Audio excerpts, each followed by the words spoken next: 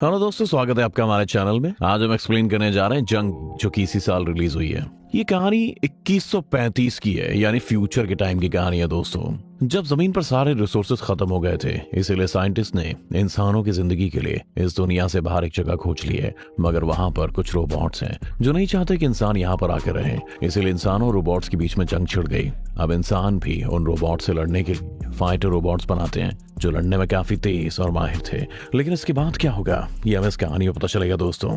तो फिल्म की स्टार्टिंग में हमें बहुत सारे रोबोट्स एक जगह पड़े हुए दिखाई देते हैं। उन्हें देखने से लग रहा था कि यहाँ पर कोई खतरनाक लड़ाई हुई है। इन रोबोट्स के बीच में हम जंग ई को देखते हैं, जो कहानी की मेन कैरेक्टर है, जो बेहोश पड़ी थी।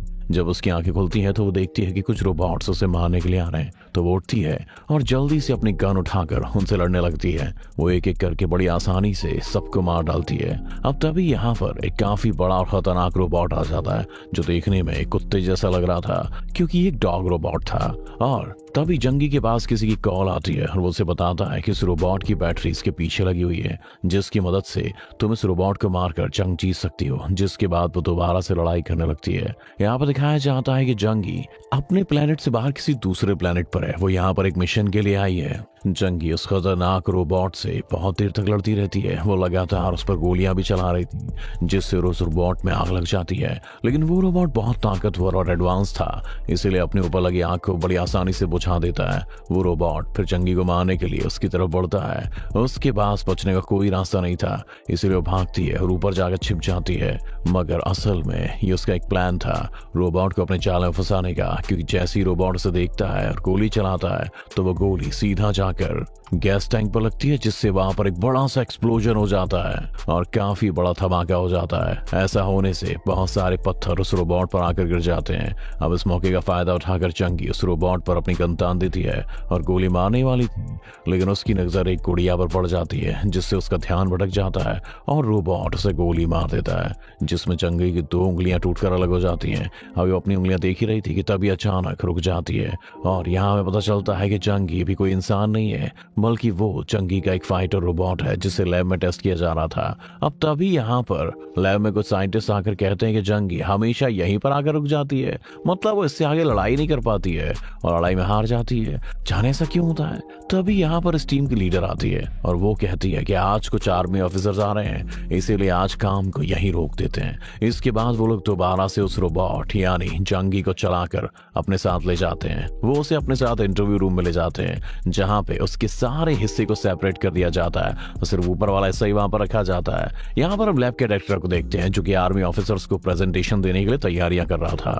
वो टीम के लीडर से काफी बड़ी बड़ी बातें करता है कि मैं काफी अच्छी प्रेजेंटेशन देता हूँ और देखना मैं उन सबको हैरान कर दूंगा। लेकिन जब ऑफिसर से यहाँ पहुंचते हैं तो उनके सामने तो उसकी बोलती बंद हो जाती है। लेकिन फिर भी वो कोशिश करता है अच्छी प्रेजेंटेशन देने की, जिसमें वो कहता है कि इस साल 2135 में जमीन पर जिंदगी गुजारने के सारे जरिए खत्म हो जाएंगे, इसलिए यहाँ पर जिंदगी गुजारना बिल्कुल नामुमकिन है। तो इन सर्कमस्टांसेस में साइंटिस्ट ने इंसानों के रहने के लिए जमीन से बाहर आसमान में एक जगह बनाई थी। लेकिन वहां पर कुछ रोबोट्स थे जो वहीं पर रह गए थे।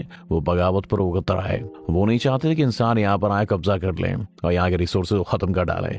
इसीलिए इंसान और रोबोट्स के बीच में एक वॉर छिड़ गई, यानी एक डेंजरस वॉर, और इस जंग का नाम था एड्रियन वॉर। अब रोबोट से लड़ने के लिए लैब में जो फाइटर रोबोट्स टेस्ट करके बनाए गए थे वो लड़ने लग गए। अब ये भी पता चलता है कि ये जंग बहुत सारे सालों से चल रही, कोई अभी से नहीं चल रही है। और इस एड्रियन वॉर में कोरिया की तरफ से जंगी एक काफी अच्छी फाइटर थी, वो बहुत ही ब्रेव थी। उसने कई सारे बैटल जीते थे, लेकिन एक बैटल में वो इंजर्ड हो गई थी और इतनी कि कोमा में चली जाती है। जिसके बाद लैब ने उसके दिमाग का सारा डेटा डाउनलोड करके उसके जैसा ही एक रोबोट बना दिया जो फाइट करता है, जैसे शुरुआत में हमने देख ही लिया है। इस प्रोजेक्ट का नाम था जंगी प्रोजेक्ट। अब तभी आर्मी अफसर बताती है कि जंगी अपना आखिरी मिशन अगर पूरा कर लेती, मतलब ये कोमा में जाने से पहले वाला, तो ये एड्रियन का वॉर कई साल पहले ही खत्म हो जाता। लेकिन क्योंकि वॉर खत्म नहीं हुई, तब से लेके आज तक ऐसे ही चलती आ रही है। और आगे वो ये भी कहती है कि जंगी रोबोट से अभी लड़ाई कैसे करेगी, क्योंकि वो तो अपने टेस्ट से ही बाहर नहीं आ पा रही है। एक्चुअली उसका टेस्ट कुछ ऐसा था कि उसे प्रैक्टिस करवाने के लिए सारा माहौल वैसा ही बनाकर दिया जाता है जैसा कि एक जंग में होता है, लेकिन वो उसे भी पास नहीं कर पाती है। और प्रेजेंटेशन के बाद हम डायरेक्टर को देखते हैं जो कि बहुत खुश है। वो अपने लीडर को बोलता है कि प्रेजेंटेशन तो बहुत बढ़िया रही। अगर आर्मी ऑफिसर्स को हमारे फाइटर रोबोट्स पसंद आ गए और उन्होंने टेस्ट पास कर लिया तो आर्मी हमें ग्रीन सिग्नल दे देगी, मतलब इन रोबोट्स को वॉर में और हमारी आर्मी में भी शामिल कर लेंगे। लीडर उसे बताता है कि ये प्रोजेक्ट प्रेसिडेंट की परमिशन से शुरू होगा और आज वो हमारे लैब में आने भी वाले हैं। इसके बाद लीडर एक रोबोट का इंटरव्यू लेने के लिए चली जाती है। वो रोबोट सब कुछ बिल्कुल जंगी की तरह ही कर रही थी क्योंकि उसके दिमाग में जंगी का ही डेटा अपलोड किया गया था। फिर डेटा को बाहर निकालने के बाद उस रोबोट को तोड़ दिया जाता है। अब यहाँ पर वो लीडर अपने साथ काम करने वाले आदमी को बहुत ही इंपॉर्टेंट जानकारी देती है। वो कहती है कि असल में जंगी मेरी माँ थी और वो मेरी ही वजह से हर वॉर में जाया करती थी क्योंकि बचपन में मुझे लंग कैंसर हो गया था। मेरे इलाज के लिए पैसे वगैरह भी नहीं थे, पैसे चाहिए थे। यही वजह थी कि मेरी खातिर मेरी मॉम जंगी को लड़ाइयाँ करनी पड़ती थी। ये कहने के बाद वो अपने अगले टेस्ट के लिए निकल जाती है। इस टेस्ट में इंसान और रोबोट के बीच का फर्क देखा जाना था, लेकिन जब वो ट्रेन में बैठी थी वो अपनी मॉम जंगी के बारे में सोच रही थी। उसके तुरंत बाद ये कहानी पास्ट में चली जाती है दोस्तों। यहाँ पर हमें लीडर के बचपन का सीन दिखाया जाता है जब उसका ऑपरेशन होने वाला था लंग कैंसर का। उसकी माँ जंग ही एक मिशन पर जाने वाली थी और वो उसे गुड बाय कहती है और ये भी कहती है कि मैं जंग से आते ही तुमसे मिलूंगी मेरी जान, अपना ख्याल रखना। अब कहानी दोबारा से प्रेजेंट टाइम में आ जाती है जहाँ पर लीडर डॉक्टर के पास गई थी। डॉक्टर से बताता है कि हमने बचपन में तुम्हारे लंग कैंसर का ऑपरेशन तो कर दिया था, लेकिन उसके बावजूद भी तुम्हारा कैंसर वो कंटिन्यूअसली बढ़ ही रहा है। मुझे दुख के साथ बताना पड़ रहा है कि तुम मरने वाली हो जल्दी। तुम्हारे पास सिर्फ 2 या 3 महीने बचे हैं। तो मैं तुम्हें एक ही राय दूंगा कि तुम अपने ब्रेन का डेटा है ना उसे डाउनलोड करके किसी दूसरे जिस्म में डाल दो। उसके बाद डॉक्टर उसे ऐसा करने के 3 ऑप्शन देते हैं। कहता है कि पहला तो ये है कि उसे इंसानों के सारे राइट्स, ह्यूमन राइट्स मिलेंगे। दूसरा कि सारे राइट्स तो मिलेंगे, साथ ही ऐसे भी काम है जो उसे नहीं करने, वो है शादी करना, घूमना फिरना वगैरह, ये नहीं कर सकती। और तीसरा कि तुम कंप्लीटली फ्री हो जाओगे।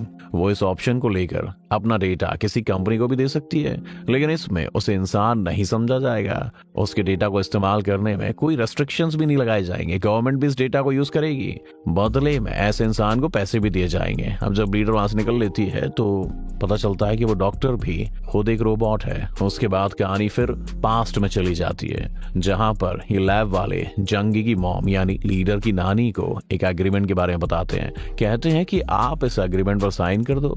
एग्रीमेंट में ये था कि जंगी के दिमाग के डेटा को हम इस्तेमाल करके एक ऐसी चीज, ऐसा रोबोट बनाएंगे जो बहुत ही पावरफुल होगा, जिसके बाद वो एड्रियन जंग में इतना लड़ेगा कि खुद को साबित कर देगा और ये वॉर खत्म हो जाएगी। साथ ही ये लोग जंगी की बेटी यानी उस लीडर की पढ़ाई के लिए खर्चा भी उठाएंगे। ये सुनकर जंगी की मॉम मजबूरी में बेचारी इस एग्रीमेंट में साइन कर देती। क्या करे, पैसे के लिए लोग क्या क्या नहीं करते। इसके बाद दोबारा से कहानी फ्लैशबैक से वापस आ जाती है प्रेजेंट टाइम में, जहां पर एक बार फिर से जंगी के रोबोट पर टेस्टिंग चल रही थी। यहाँ पर डायरेक्टर जंगी के पैर पर गोली मारने का कहती है क्योंकि वो एक्चुअली उसके दिमाग से वो डेटा निकालना चाहते थे। जब जंगी बहुत बहादुर थी, ब्रेव थी और वॉर में लड़ रही थी, अपनी पावर का फुल यूज कर रही थी एज अ फाइटर। अब इस टाइम जो टेस्ट हो रहा था उस टाइम का वो हिस्सा काम करने लग जाता है दोस्तों, जिस पर ये लोग इतने टाइम से काम कर रहे थे, जो पहले कभी भी नहीं चला था। जिसे देखकर डायरेक्टर की बाँछें खिल जाती हैं, वो खुश हो जाते हैं और उस पर येलो मार्क लगा देते हैं। अगले दिन लीडर और डायरेक्टर इस लैब के मेन ऑफिस जाते हैं क्योंकि आज प्रेसिडेंट के साथ इनकी मीटिंग जो थी। यहाँ आने के बाद इन्हें पता चलता है कि आज प्रेसिडेंट यहाँ पे आएंगे ही नहीं। प्रेसिडेंट है भैया, मूड हुआ नहीं है। इतने टाइम में एक ऑफिसर उनके पास में आती है और डायरेक्टर को वो यही बताती है कि आज प्रेसिडेंट साहब नहीं आएंगे, तो आप अपनी रिपोर्ट जो है मुझे दिखा दीजिए, मैं प्रेसिडेंट को बता दूंगी। उसके बाद ये लोग अपनी लैब के लिए निकल लेते हैं। यहाँ पर आकर उन्हें पता चलता है कि प्रेसिडेंट तो यहीं पर आए हुए हैं। इसको जानकर दोनों प्रेसिडेंट से बात करने के लिए जाते हैं। तभी अचानक से डायरेक्टर रुक जाता है और वो फ्रीज हो गया था, जैसे वो बिल्कुल जम गया हो। यहाँ पर हमें पता चलता है कि डायरेक्टर खुद भी एक रोबोट ही है। इसके बाद ये लोग प्रेसिडेंट के पास जाते हैं, उन्हें बताते हैं कि मुझे खबर मिली है कि एड्रियन वॉर खत्म होने वाला है, तो जाहिर है कि हमें लड़ने के लिए हथियार और फाइटर रोबोट्स की अब कोई फाइट करने की जरूरत ही नहीं है, तो अब तुम लोग भी जल्द से जल्द इस जंग को बंद कर दो। आगे वो कहती है कि अब हमें कुछ घरेलू रोबोट्स बनाने चाहिए जो लोगों के साथ घरों में काम करें, क्योंकि वही ऐसे रोबोट्स होंगे जो असली जिंदगी में काम आएंगे। जंग वालों को क्या काम। इसके बाद वो लीडर को बताती है कि काफी साल पहले मैंने अपने दिमाग के डेटा की मदद से एक रोबोट बनाया था जो कोई और नहीं बल्कि ये डायरेक्टर ही है। यानी ये डायरेक्टर प्रेसिडेंट का बनाया एक रोबोट है। इसके बाद प्रेसिडेंट अपने डायरेक्टर वाले रोबोट को चलाकर वहां से चले जाते हैं। यानी एक्टिवेट करके। इसके बाद ये लोग दोबारा से अपना टेस्ट लेने लगते हैं, जहाँ जंगी हर बार की तरह फिर वहीं आकर रुक जाती है, जिसे देखकर प्रेसिडेंट को बहुत गुस्सा आता है, क्योंकि इतनी कोशिशों के बावजूद भी जंगी रोबोट इस टेस्ट को पास क्यों नहीं कर पा रही यार। फिर ये लोग जंगी रोबोट को इंटरव्यू वाले कमरे में ले जाते हैं, जहां पर आकर डायरेक्टर जंगी का एक हाथ काटने को कहता है, क्योंकि वो ये चेक करना चाह रहा था कि उसके दिमाग का वो येलो वाला हिस्सा काम कर रहा है या नहीं कर रहा है। इसके बाद वो अंदर जाकर उसकी टांग पर बहुत सारी गोलियां मार देता है और इस जंगी रोबोट को दोबारा से एक्टिवेट करने को कहता है, मतलब चिल्लाने को। लेकिन क्योंकि इस रोबोट का सारा कंट्रोल लीडर के पास था, तो उसे एक्टिवेट ही नहीं करती। डायरेक्टर बहुत नाराज हो जाता है, वो लीडर को अपनी गन तान देता है और धमकाने लगता है उसे कि करो भैया एक्टिवेट। लेकिन इतनी देर में यहाँ पर एक ऑफिसर भी आकर बताती है कि तुमने प्रेसिडेंट ने अपने मेन ऑफिस में बुलाया भाई साहब। तो वो वहां से चला जाता है गुस्से में। उसके जाने के बाद लीडर अपने साथियों को कहती है कि मैं जल्द से जल्द इस प्रोजेक्ट को छोड़ दूंगी। इसके बाद आप लोग इसका सारा डेटा मुझे लैब में लाकर दे दीजिएगा। कुछ देर के बाद जब वो लैब में डेटा लेने जाती है तो देखकर काफी चौंक जाती है कि जंगी का एक और नया रोबोट बन गया है, जो बहुत ही गंदा है, जिसे देखकर लीडर को इतना गुस्सा आ गया था कि वो इस रोबोट को बनाने वाले आदमी पर हमला करके उसे मारने लगती है। तब आदमी बताता है कि वाला रोबोट तो बिल्कुल फ्री है, मतलब हम इसे किसी को भी बेच सकते हैं, क्योंकि कंपनी ने इसके लिए तीसरे ऑप्शन को चुना है, मतलब वो इसे किसी को भी बेच सकते हैं, ऐसा राइट है उनके पास, तुम्हारी नानी का साइन किया हुआ। इसके बाद वो उसे छोड़कर वहां से चली जाती है और फिर इंटरव्यू वाले कमरे में आती है और जंगी के रोबोट से बात करने की कोशिश करती है। जी हाँ, उसका येलो वाला हिस्सा फिर से एक्टिवेट हो जाता है, जो दरअसल तभी एक्टिवेट हुआ करता था जब जंगी की पुरानी याददाश्त जिंदगी से जुड़ी कोई बात होती थी। तभी जंगी का रोबोट बात करने लगता है, कहता है कि आज मेरी बेटी का ऑपरेशन था, मेरी बेटी ने एक छोटी सी गुड़िया तोहफे में दी थी एज ए मेमोरी, और वो मुझसे कहीं खो गई और मैं उसके बारे में बहुत ज्यादा चिंता में हूँ। ये सुनकर लीडर इतना ज्यादा दुखी हो जाती है कि वो रोने लग जाती है, क्योंकि जंगी रोबोट को ये बात पता नहीं थी कि वो अपनी किस बेटी की बात कर रही है, वो तो उसके सामने खड़ी है। अब अगले दिन उनकी टेस्टिंग का आखिरी दिन था, लेकिन टेस्टिंग से पहले लीडर जंगी की सारी पुरानी यादें मिटा देती है, साथ ही जो गुस्सा था उसे भी काफी हद तक कम कर देती है। इसके बाद टेस्टिंग शुरू हो जाती है, बिल्कुल वैसी जैसी हमेशा ही शुरू होती है, जहां हमेशा की तरह जंग एक बार फिर से वहीं पे आके रुक जाएगी, हार जाएगी। मगर डायरेक्टर को यहाँ थोड़ा शक होता है, इसीलिए वो रिकॉर्डिंग को दोबारा आके देखता है, जिसमें उसे पता चलता है कि जंगी को गोली नहीं लगी, लेकिन फिर भी वो मरने की एक्टिंग कर रही है, जिसे देखकर डायरेक्टर जल्दी से इमरजेंसी अलार्म बजा देता है। उधर जंगी बिल्कुल ठीक तो एक एक करके सबको निपटा देती है। अब अलार्म बजने की वजह से पुलिस भी 5 मिनट तक वहां पे आने वाली थी, लेकिन उनके आने से पहले ही जंगी एक हॉल में आ जाती है और ये देखकर काफी हैरान रह जाती है कि यहाँ तो मेरे जैसे कितने सारे रोबोट बना दिए गए हैं। अब वो इन रोबोट को देख ही रही थी कि तभी यहाँ पर कुछ दूसरे फाइटर रोबोट्स आ जाते हैं और जो आते ही जंगी पर हमला कर देते हैं। जंगी भी चुप नहीं बैठती और उन पर हमला कर देती है, जिससे यहाँ इतने खतरनाक लड़ाई छिड़ जाती है कि क्या बताओ। पुलिस भी यहाँ पर आ गई थी ट्रेन से, जो कोई और नहीं बल्कि रोबोट पुलिस ही थी भैया। जंगी उन रोबोट से लड़ रही होती है बहुत ही ब्रेव, लेकिन इसी बीच में एक रोबोट से पकड़ लेता है और उसे मारने ही वाला होता है कि तभी पीछे से लीडर आ जाती है और उस वाले रोबोट को बंद कर देती है। फिर जब रोबोट पुलिस आने वाली थी तो वो कैमरे के जरिए देखते हैं कि लीडर ने जंगी का डेटा उस वाले रोबोट में से निकाल कर किसी दूसरे वाले रोबोट में डाल दिया है, जिसके बाद वो दूसरे वाले रोबोट को अपने साथ बचाकर कहीं ले जा रही है। और फिर जब ये लोग वहां से निकलने के लिए ट्रेन में जाते हैं तो वहां पर डायरेक्टर पहले से ही मौजूद था, जो सीधा उस लीडर लड़की को गोली मार देता है, जो काफी जख्मी हो गई थी। ये देखकर जंगी के रोबोट को इतना गुस्सा आ गया था कि वो डायरेक्टर से लड़ने लग जाता है और उसे गोली मार देता है, जो गोली सीधा आकर डायरेक्टर की आंख में लगती है। और अब यहाँ पर आकर डायरेक्टर को ये बात पता चलती है कि मैं खुद एक रोबोट हूँ। मगर अब वो और ज्यादा खुश हो गया था, क्योंकि उसे पता चल गया था मैं कितना डेंजरस हूँ।